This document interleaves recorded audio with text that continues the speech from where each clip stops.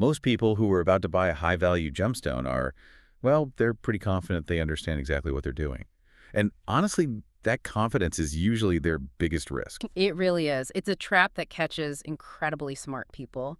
I mean, the more certain someone is that they've done their research and, crack the code of buying a gem, the more vulnerable they actually become. Right, because if you're sitting on a plane right now, gearing up to spend, say, 10, 20, or even 50,000 pounds on a sapphire, you probably feel prepared. Oh, absolutely. But buying a gemstone isn't difficult because the stones are complex. I mean, they are complex, obviously, but it's difficult because the market itself is designed to be opaque. Opaque. Yeah, the information you're given as a buyer is often incomplete, it's inconsistent, and sometimes it's just deliberately misleading. So people often ask where to start when buying a high-value gem. And based on the stack of insider guides and investigative materials we are diving into today, the truth is most buyers are starting in the completely wrong place. They really are. Our mission for this deep dive is to sort of unpack the mechanics of this incredibly secretive market. We want to dismantle that false security that ends up costing buyers fortunes and rebuild a true understanding of how these stones are actually sourced and bought. Because it's not like buying anything else. Exactly. If you think about buying almost any other luxury item, the process gives you control. Like if you buy a high-end car, you have the specs. Right. You know what you're getting. Yeah, you know the horsepower, the trim package, the warranties. You can just pull up 3 different dealerships online and leverage them against each other. The rules are standardized. But with gems, it sounds like the rule book changes depending on what country or even what street you happen to be standing on. It completely changes. And we have to remember that nature doesn't operate like a factory floor. Right. So unlike a luxury car or, a Swiss watch, every single gemstone is a singular geological event. Because of that, the value in the gem trade has never been standardized into some neat mathematical equation. So value is more fluid. Highly contextual. It is based on access, on human relationships, and on understanding the really specific, unwritten rules of a local market before you even sit down to look at a stone. Which creates a massive blind spot for a tourist or really any first-time buyer. Rare. Because if I walk into a bustling gem market in, I don't know, Sri Lanka or Colombia, I might know the carat weight I want, but I have absolutely no context for the room I'm standing in. And the local dealers, they know that the second you walk through the door. Really. Just instantly. Oh, instantly. There is a very real, highly effective mechanism known as tourist pricing. A local broker doesn't just look at the stone in front of them, they look at you. Okay. Yeah, they're reading your body language, they're listening to the questions you ask, and they are gauging your understanding of local currency fluctuations. So if I walk in acting super confident, They will identify that confidence, realize it isn't backed by actual local context, and they will monetize it. Right. If you don't know the baseline price for rough material in that specific town, they will inflate the price to match your ignorance. man, that's brutal. So the natural reaction for a buyer in that scenario is to seek out a safety net. Of course. If the market feels murky, buyers want something concrete they can hold in their hands. They demand a piece of paper Yeah. and a certification. But looking at these sources, relying on that paperwork, is exactly how the most devastating financial mistakes happen. It's the biggest blind spot. Buyers treat a gemstone certificate like a magical talisman that wards off getting scammed. But we need to clearly define what a legitimate certificate, which the industry actually calls a lab report, what it's actually designed to do. Okay, so what does it do? It's an independent document that describes the physical properties of the stone. It verifies the species, the carat weight, the dimensions, and crucially, any treatments the stone has had to improve its look. An origin, right? Like where it came from. Sometimes, yeah. Top-tier labs will offer an expert opinion on geographic origin, like whether a sapphire is from Kashmir or Madagascar. But here is the critical part. What a lab report emphatically does not do is assign financial value. That doesn't tell you what it's worth. Not at all. Okay, let's break down those top-tier labs really quick because the acronyms get thrown around a lot. We're talking about places like the GIA, the Gemological Institute of America. Right, the gold standard for diamonds mostly. Yeah, and then you have the Swiss powerhouses, SSF and Gubelin, which are revered for colored stones, and in the U.S., the AGL. So those are the legitimate ones. But the market is absolutely flooded with obscure official-sounding labs, isn't it? Flooded. Because scammers have reverse engineered the psychology of the buyer. They know you want a piece of paper, so they give you this absolute masterpiece of fake authority. I've seen pictures of these. They look incredibly real. Oh, they have thick, laminated documents, shiny gold holograms, watermarks, barcodes, and they use names that sound just legitimate enough, like GIS or GRA. Right. But if you try to look up the unique report number on their website, the database either just doesn't exist or the site is a temporary shell. So it's pure theater. Mm-hmm. Let me put this in perspective. It's like if I'm buying a ticket to a sold-out concert from a guy on the street. Okay, I like this. He hands me a piece of paper with a shiny barcode and a hologram, and I might feel safe. But that ticket is just a piece of cardboard until the scanner at the venue door actually turns green. Exactly. A fake lab report is just a counterfeit ticket. It gets past your initial skepticism, but once you take that stone to a real appraiser back home, you realize you aren't getting into the show. And the financial consequences of this are staggering. I mean, one of our sources lived this nightmare. She was in Egypt, acting as a buyer, and bought what was presented as an authentic Burmese ruby. With a certificate, right? With a certificate. It looked the part. She took it back, had it independently tested, and it turned out to be treated glass. Yeah. And she's a professional. Yeah, it happens to the best of us. There's another case here of a tourist in Bangkok dropping 9,000 euros on a ruby with a laminated certificate, only to find out it was the exact same thing. 9,000 euros for glass. How does that even happen? How does someone confuse glass with a high-end ruby? Well, it comes down to a process called lead glass filling. Scammers take incredibly low-quality, heavily fractured corundum, which is the base mineral of a ruby. So it's real ruby, technically? Technically, yes, but in its natural state, it looks like a piece of opaque, reddish gravel. It's essentially worthless. Wow, okay. But then they heat it to extreme temperatures and pump it full of high refractive index lead glass. The glass melts into all those microscopic fractures, and it turns this opaque rock into a transparent, vibrant red gemstone. So to the naked eye. To the naked eye, it looks like a high-end ruby. But structurally, it's a composite. It's literally held together by glass. That is terrifying. It is. It's worth a fraction of what they charge, and it's so fragile that standard jewelry cleaning chemicals can dissolve the glass and literally shatter the stone. Oh my God. But okay, let's say a buyer avoids the fake labs. They demand a GIA or a Gubelin report. The seller hands them a beautiful sapphire, and right next to it is a genuine, verifiable report from a top-tier Swiss lab. The buyer looks up the number, the database matches, everything is perfect. Even then, buyers are still walking into a trap. Yes, because they fail to do the one physical check that makes the paperwork relevant. Which is? They look at the paper, they look at the stone, and they just assume they belong together. A real lab report is completely useless if you do not pull out a set of precision calipers and measure the physical stone sitting in front of you. Wait, you're saying the seller simply swaps the stone? All the time. A dealer might have a genuine certificate for a highly valuable, untreated 2.1 carat sapphire, but they place a much cheaper synthetically grown sapphire next to it that weighs, say, 2.06 carats. And to a normal person, they look identical.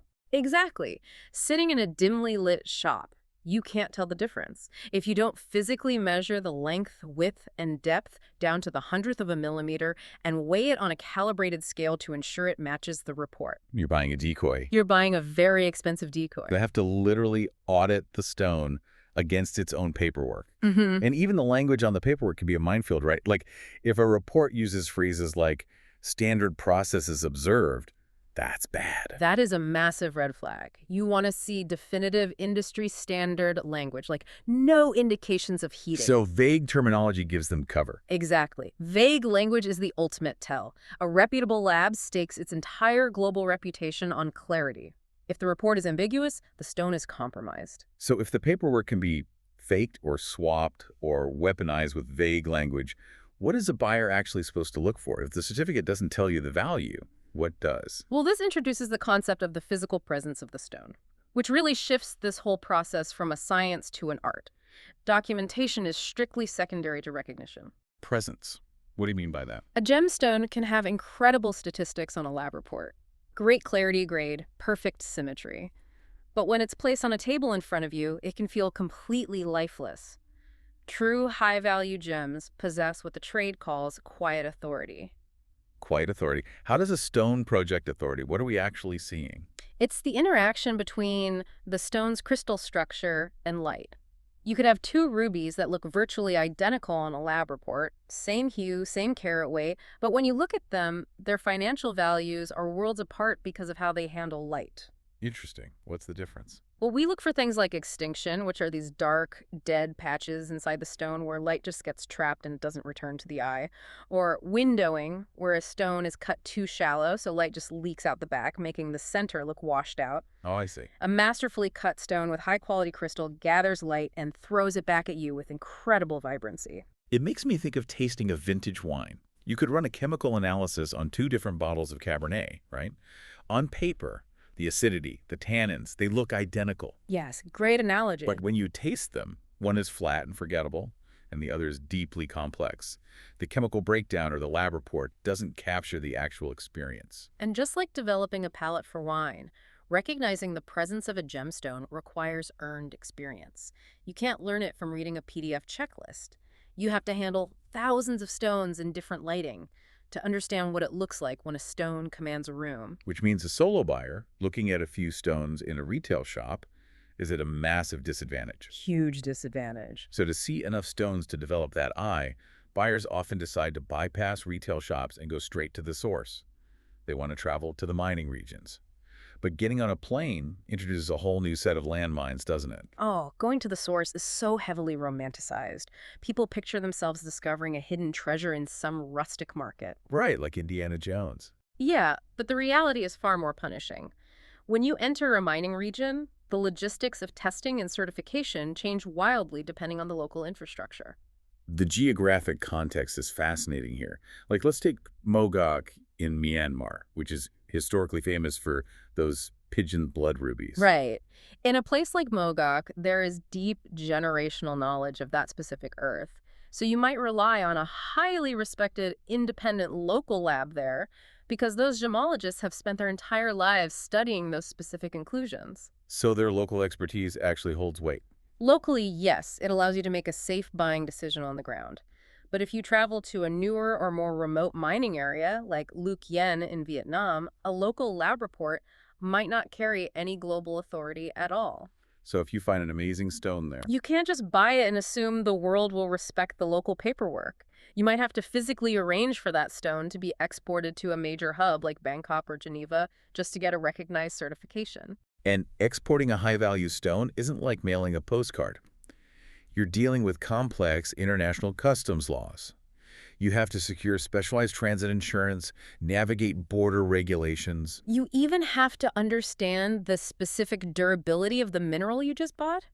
If you successfully smuggle a fragile stone home in your luggage, only to have it chip a month later because you didn't understand its cleavage planes, your investment is ruined. The logistics sound exhausting. Yep. And layered on top of all of that is the modern demand for ethical sourcing. Buyers want that ethically sourced label. But this is a complex conversation, right? It's not just a sticker you slap on a box. But definitely not a sticker. It requires asking hard questions about the supply chain. Who extracted this? Were the workers compensated fairly? Are there environmental remediation plans for the mine? But let me push back on that for a second. If I am standing in a chaotic, high-pressure gem market in Bogota and a dealer is trying to close a massive sale, are they really going to give me an honest answer if I ask, were the miners treated fairly? Won't they just tell me whatever I want to hear? Oh, they very well might. But you aren't asking the question because you expect a legally binding, perfectly transparent answer. Why ask it then? You ask the question because it fundamentally changes the dynamic of the negotiation. It acts as a filter. Oh, I see. Yeah, a casual tourist doesn't ask about supply chain mechanics or environmental remediation. When you ask those questions, you signal to the seller that you understand the broader industry. You show them you aren't an easy mark. Exactly. You demonstrate you're paying attention to details beyond just the sparkle. It forces the dealer to adjust their tactics. They'll often change which stones they show you and the prices they quote because you have established a higher baseline of accountability. You're asserting your own presence in the room. Which brings us to the most crucial realization for anyone trying to navigate this space. We started out thinking we just needed to learn how to pick a pretty rock. But the reality is we are trying to infiltrate a highly sophisticated, deeply insulated global network. Yes. And that leads to what I call the illusion of the solo buyer. Tell me about that. It is the final and probably most dangerous myth. Buyers believe that with enough internet research, they can just fly to a gem hub, walk into a dealer's office completely alone and negotiate a master-level deal. Right. What they don't understand is how the physical architecture of the trust network actually operates. Because the stones you see in the glass display cases when you walk in off the street, those are just for the tourists, right? Precisely. The true high-value gemstone market operates entirely behind the scenes. It relies on a network of runners, local brokers, and specialized dealers. The extraordinary stones, the ones with that quiet authority we talked about, they are not sitting under halogen lights in a storefront. Where are they? They are locked in a safe in the back room, Yeah. and that safe is only open for people the dealer knows, trusts, and respects. Wow. So the solo buyer lacks the fundamental currency of the market, which is access. You can have all the money in the world, but if you don't have the relationships, you aren't even seeing the real inventory. Exactly. You can't compare your options because the best options are hidden from you. Serious buyers, like major collectors and high net worth investors, they know this. They do not navigate this market alone. They use guides. Right. They rely on independent guidance. Having an expert advocate by your side is the ultimate safety net. It isn't just about having someone to double-check the lab report or, measure the stone with calipers. It's about bringing someone into the room whose reputation unlocks the safe in the back. That's it. A guide acts as your translator for the local market quirks. They spot the windowing and the extinction. They ask the uncomfortable ethical questions so you don't have to. And they provide that second set of eyes to prevent the absolute worst-case scenario. Which is second-guessing yourself after you've wired 50,000 pounds across the world. Yeah. The real purchase isn't just the stone, it's the access to the back room. Yes. The gemstone market is engineered to make you feel confident while keeping you entirely in the dark. Breaking out of that cycle really requires humility. It requires acknowledging that you don't have the full picture and finding someone who does. Let's synthesize what we've uncovered today. First, a lab report is a vital tool, but it is not a valuation. And it's completely meaningless if you don't physically verify that the measurements match the stone in front of you. Critical point. Second, the visual presence of a gemstone, how it commands light and color, will always override what its paperwork claims. Third, traveling to the source introduces a labyrinth of logistical and ethical challenges that require a deep local context. And finally, the biggest risk you face is your own false confidence in a market that operates exclusively on hidden trust networks. We view gemstones as these eternal, fixed monuments of wealth. They're these ancient, perfect structures carved out of the earth. But the value we assign to them is incredibly fragile. It's built entirely on an invisible web of human trust. From the miner, to the local runner, to the lab gemologist, to the dealer, every single step of a stone's journey relies on human integrity. That's a profound way to look at it. The next time you find yourself holding a brilliant blue sapphire or a deep, vibrant ruby, ask yourself what you are really looking at. Are you just buying a beautiful rock? Or are you buying the story, the paperwork, and the integrity of the specific person handing it to you? We hope this deep dive shatters a few assumptions and helps you ask the hard questions before you make your next major investment. We'll see you next time.